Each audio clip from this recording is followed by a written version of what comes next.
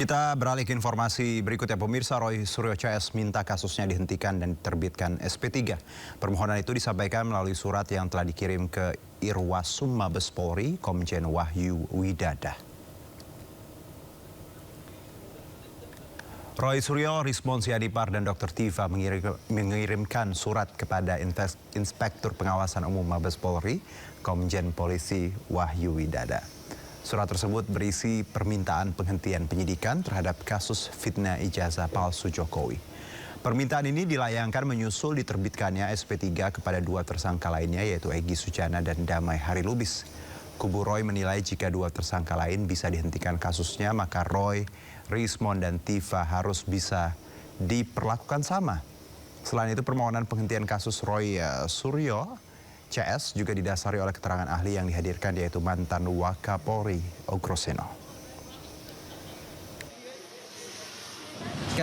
Ini adalah press conference kita yang penting karena kita mengajukan sebuah surat yang penting, yaitu harusnya kasus ini dihentikan penyidikannya karena dari awal sudah melanggar undang-undang, melanggar peraturan.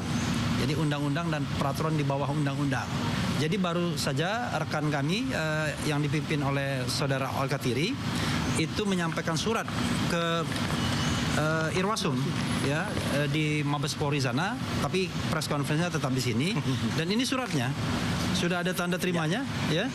Jadi suratnya sudah diterima dan nanti saya akan bacakan sekilas isi suratnya apa.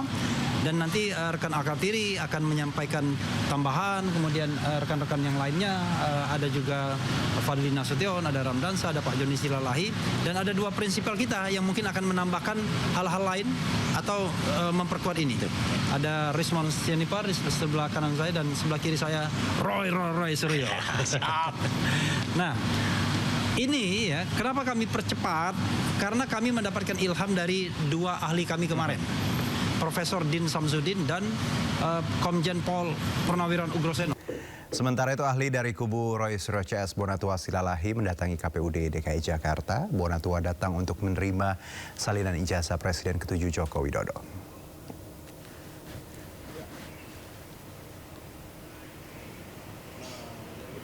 Bonatua menerima salinan ijazah Jokowi yang diserahkan ke KPUD saat mencalonkan diri menjadi Gubernur DKI Jakarta 2012 lalu. Permintaan penyerahan salinan ijazah Jokowi ini telah dikabulkan oleh Komisi Informasi Pusat yang menyatakan dokumen tersebut sifatnya terbuka. Sebelumnya Komisi Pemilihan Umum Pusat juga sudah memberikan salinan ijazah Jokowi tahun 2014 dan 2019 yang digunakan untuk mencalonkan diri saat Pilpres lalu. Nantinya KPU Solo juga diminta untuk menyerahkan salinan ijazah Jokowi saat mencalonkan diri menjadi wali kota Solo. Setelah terkumpul, nantinya Bonatua akan kembali menguji keaslian dan kecocokan salinan ijazah tersebut. Dan ini adalah yang dikasih adalah ijazah Bapak Gubernur tahun 2012 yang kebetulan adalah Bapak Joko Widodo ya, ini yang ini. Jadi dengan begitu yang spesimen untuk Jakarta sudah lengkap. Memang di sini konsisten ya, satu yang konsisten yaitu tidak ada tanggalnya. Tidak tanggalnya. Jadi dari hasil penelitian para netizen, nah, saya juga dapat info bahwa ini melanggar undang-undang administrasi. Sebelumnya KPU telah menyerahkan salinan ijazah Jokowi tanpa sensor pada Bonatua Silalahi. Dokumen itu diunggah Bonatua ke media sosial dan mendapat beragam respon dari warganet. Mereka menyoroti cap legalisir dalam dokumen ijazah tersebut.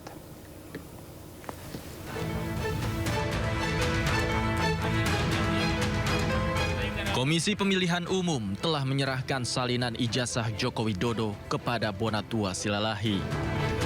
Ijazah tersebut diterima oleh Bonatua tanpa ada item yang disensor, termasuk 9 item yang sebelumnya ditutup, kini bisa dilihat. Salinan ijazah Jokowi tanpa sensor ini diserahkan KPU setelah sebelumnya Komisi Informasi Pusat mengabulkan permohonan Bonatua Silalahi bahwa informasi ijazah Jokowi berhak diketahui publik secara luas. Menerima salinan resmi, fotokopi ijazah, ya ini saya fotokopi ijazah terlegalisir berwarna tanpa sensor menyambung kata Bang Mike tadi, Ya. inilah data ijazah pertama dari pintu depan KPU. Ya. Meskipun saya tahu, saya teliti banyak ijazah yang dari pintu belakang yang beredar ya. Nah, ini nanti akan kita teliti, tujuannya peneliti, mohon kita dibantu ya Pak publik. Isu ijazah ini kan sudah memecah kita jadi 2-3 kubu tadi. Nanti mari kita di medsos, di mana-mana kasih data yang benar. Ya. Yang pasti jangan sampai kita menjadi fitnah. Melalui akun media sosialnya, Bonatua membagikan foto ijazah Joko Widodo yang diterima dari KPU. Dari unggahan tersebut, terlihat beberapa item penting, salah satunya adalah cap legalisir dari Universitas Gadjah Mada.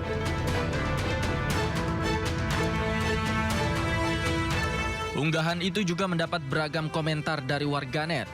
Beberapa di antaranya menyayangkan tak ada tanggal yang tertera pada cap legalisir ijazah tersebut. Meski beberapa item tak lagi disensor, namun warganet tak lantas percaya dan tetap bertanya, bisakah dokumen ini membuktikan keaslian ijazah Joko Widodo?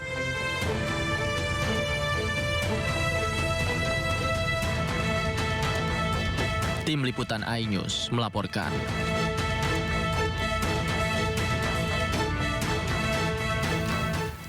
Ketua Jokma Nusantara Bersatu Andi Aswan mendatangi Polda Metro Jaya untuk mengajukan pelaporan terhadap Respons Yanipar terkait dugaan penggunaan ijazah palsu S2 dan S3 dari Yamaguchi University. Pelaporan diajukan Andi terkait dugaan ijazah palsu S2 dan S3 penggugat ijazah Presiden ke-7 Joko Widodo Respons Yanipar yang merupakan lulusan Universitas Yamaguchi. Hal itu diketahui lantaran warna ijazah S3 milik Rismon terlihat berbeda. Andi menyebut polemik terkait ijazah ini sebagai maling teriak maling. Panggilannya Bang Bill ya, panggil Bang Topik Bilaki itu Bang Bill ini mengenai laporan yang tadi kita buat. Dan ini semuanya sudah ada mens reanya ya. Jadi kalau dikatakan selama ini maling teriak maling, inilah yang terjadi ya. Bahwasanya ini adalah sesuatu yang mereka lakukan mempolarisasi kehidupan masyarakat kita sehingga terbelah yang di bawah. Biar bagaimanapun kebenaran pasti akan menemukan jalannya. Pemirsa, ribuan pengikut adat Bono Keling dari berbagai penjuru Jawa Tengah berkumpul di Desa Pekuncen, Banyumas untuk mengikuti ritual tahunan unggahan. Tradisi ini dilakukan sebagai persiapan menyambut datangnya bulan suci Ramadan.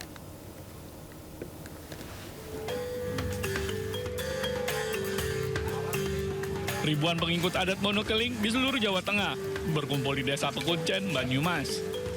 Mereka mengikuti ritual unggahan tahunan sebagai persiapan menyambut bulan suci Ramadan. Para perziarah menjelaskan laku lampah, sebuah perjalanan spiritual yang membentang puluhan kilometer sambil membawa berbagai macam hasil bumi dan berkumpul berziarah di pemakaman Bono Keling. Unggahan merupakan tradisi yang melibatkan doa dan syukur sebagai ungkapan rasa terima kasih atas segala nikmat yang diberikan, serta sarana untuk membersihkan diri dan menyambut bulan Ramadan. Sebenarnya ini adalah namanya perunggahan yang dilaksanakan setiap setahun sekali pada menjelang mendekati bulan puasa sininya. Karena masyarakat komunitas yang ada di wilayah Kabupaten Cilacap semuanya berkunjung ke sini karena untuk meneruskan dan juga termasuk untuk ziarah makam akan menjalankan ibadah puasa. Pada ritual tersebut, mereka juga membawa hewan ternak seperti kambing atau sapi untuk disembelih sebagai ungkapan rasa syukur atas rezeki yang diberikan. Tradisi ini dilakukan setahun sekali, biasanya pada hari Jumat terakhir bulan Ruah atau menjelang Ramadan.